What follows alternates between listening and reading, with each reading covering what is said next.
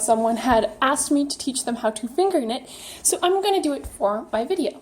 Now, what I did is I picked the same pink string that I did in my how to knit video, and what I'm going to do is I'm going to do it's actually very similar to knitting, but it's all more in the physics kind of way that it's similar. It's not really similar on any other way. So what I do is I go and I make my cross and my loop. Right? And by pulling on this little tail, I can make the loop smaller or bigger. I'm going to start that on my pinky finger, and I'm going to make that a little tight, but not too tight or it won't come off. And I'm going to go over, under, over. No, sorry, the other way. Under, over, under, over, under, over. And then I'm going to go back. And I'm just going to hold it with my thumb. And now what I'm going to do is I'm just going to take the bottom and I'm just going to push it over the top bloop of each finger. And then I'm going to go around again. Now, after a while, it's going to actually start making a rope.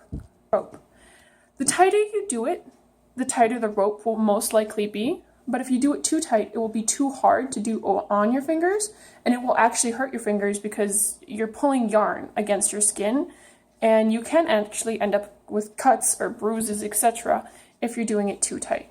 Now, I'm not fast forwarding up this video. I'm actually doing it as fast as I would usually do it because I've been doing it for a long time. And eventually it's going to start looking like this. It actually kind of looks like a mess right now, but in a couple seconds you'll see what I've done in just the span of this about, I think it's like 3-minute video I've made so far. And again, you just keep going over and over. Now, this is what it looks like. What I'm going to do is I'm going to take the end and I'm going to pull it. And eventually it's going to make a rope. Now I'm going to show you a finished one that I've done on my orange string. I'm going to go grab it and I'll show it to you. But basically, when you're done with this, to store it, what you want to do is you want to take a pencil, and starting from the pinky finger, you're going to take the pencil, pretend my thumb's the pencil, and you're going to put it on the pencil, or something long that will hold it on the pencil. And it will stay like that no matter how much you pull on it, how much you tug on it. As long as you don't pull it off the pencil, that's exactly how you're going to store it. And you can do it all on one hand with these hands just knitting out that long rope. Now I'm just going to show you what I did with the orange rope. Now, being the vibrant person that I am, I did use bright fluorescent orange.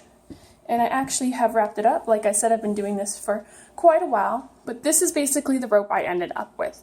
At the beginning, it looks dumb, but once you go on and you practice and practice, the rope actually gets squishy and long. Just make sure you pull it every once in a while. Not too tight, you'll get your fingers stuck. But look at how much rope I have. And it's actually really soft and squishy. I'm planning on making a blanket with it. And I'm going to actually do some arm knitting. And I'll show you how to do arm knitting in my next video if you watch it.